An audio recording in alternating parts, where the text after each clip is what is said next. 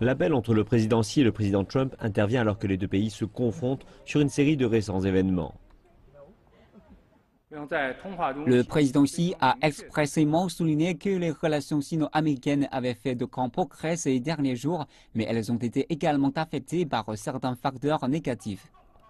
À cet égard, le président Xi a fait entendre son opposition à l'accord de vente d'armes américaines d'1,4 milliard de dollars à la région de Taïwan. Nous exhortons les États-Unis à confirmer leur engagement solennel au principe d'une seule Chine et à cesser toute vente d'armes à Taïwan. Les États-Unis déclarent que l'accord n'est pas une menace au principe d'une seule Chine. Il n'y a pas de changement, je devrais dire, à l'égard de notre politique de longue date d'une seule Chine qui est basée, vous le savez tous, sur les 3 communiqués joints et sur l'acte des relations avec Taïwan.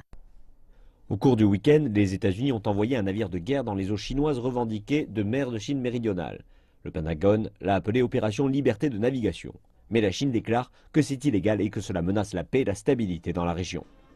La Chine s'oppose également aux sanctions américaines ciblant plusieurs entités et individus en Chine qui, selon les États-Unis, auraient des liens avec le programme nucléaire ou de missiles de la RPDC. La Chine s'oppose à toute sanction au-delà de celles mises en place par le Conseil de sécurité des Nations Unies. Et en dépit de ces défis, le président Xi se concentre sur la reprise de la relation sino-américaine. Le président Xi a également souligné que les deux parties devaient demeurer engagées à la direction générale des relations sino-américaines et se concentrer sur la coopération, l'adhésion au principe de respect mutuel, la gestion de nos différences de façon appropriée en vue de permettre à notre relation de parvenir à des résultats positifs. Plus tard cette semaine, Trump et Xi rejoindront d'autres dirigeants au sommet du G20. La Chine a annoncé ses 3 attentes économiques à l'égard du sommet. Tout d'abord, la Chine espère que les États membres du G20 vont continuer à améliorer la coopération en matière de commerce et d'investissement en vue d'explorer de nouveaux moteurs de la croissance économique. Deuxièmement, nous espérons continuer à améliorer la coopération dans le champ du développement en vue de pousser le développement durable et inclusif.